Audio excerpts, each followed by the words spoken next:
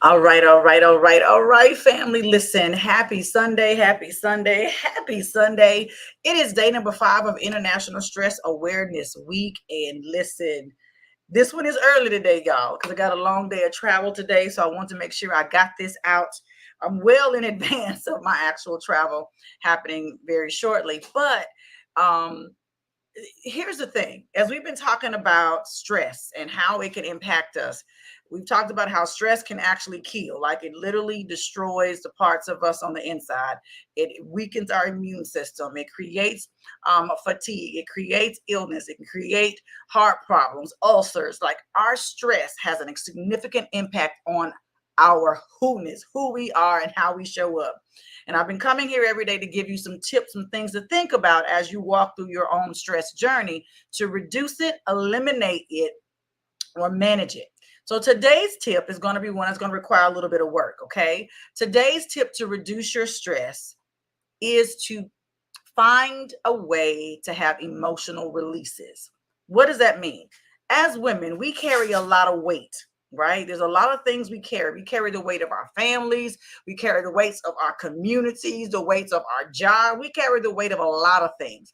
And there may be things that you've been holding on to that you have not released that needed to be released.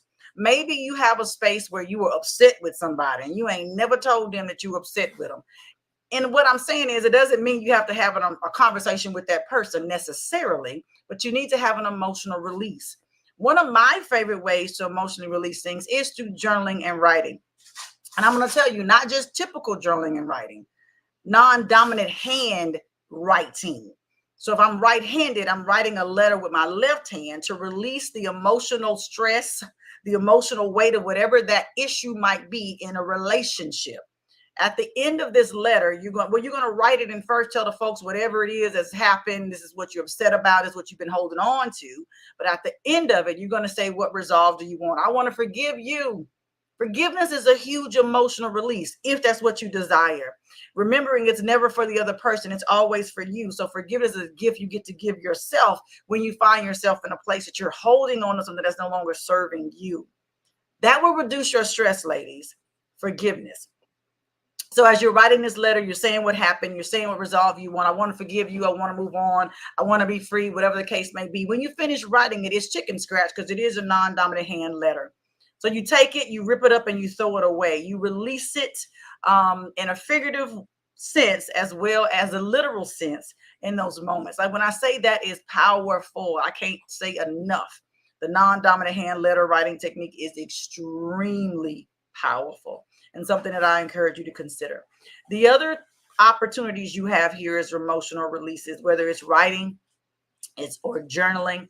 Also, prayer is a great one. I don't know about you. Today is Sunday, and I don't know what you do on Sundays, but for me, it's about connection with God, my source, the person who who is more powerful and greater than I, because I know I cannot function in this space and place alone.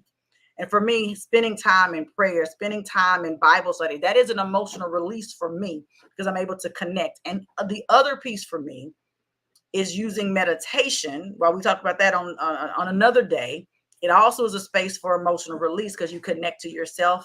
You take deep breaths. For me, it always makes me cry, though. That's how I know I connected. When I am tearful, I am connected because I'm a Leo, and y'all know we don't be crying about a whole lot of stuff. Okay, we tough, so they say, but the connection space is powerful. Okay. So just think about how you can, what you're holding on to that's no longer serving you.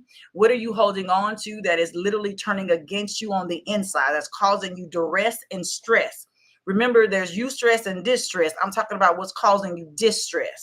Is it relationship? Is it a job? Is it your own negative thinking? What might it be? How can you emotionally release that? And for some of us, maybe you need to go to therapy to truly find a release, right? To have some great conversations, to get some of those tools and be able to have a safe place to have that conversation. But I just want to gift you that as the stress awareness tip for today. Reduce your stress by releasing emotional baggage that is no longer serving you. Okay. I'm going to leave you with that as I leave this beautiful place that I've been at for the last several days. But I'll be back tomorrow for day number 6. We got 2 days left.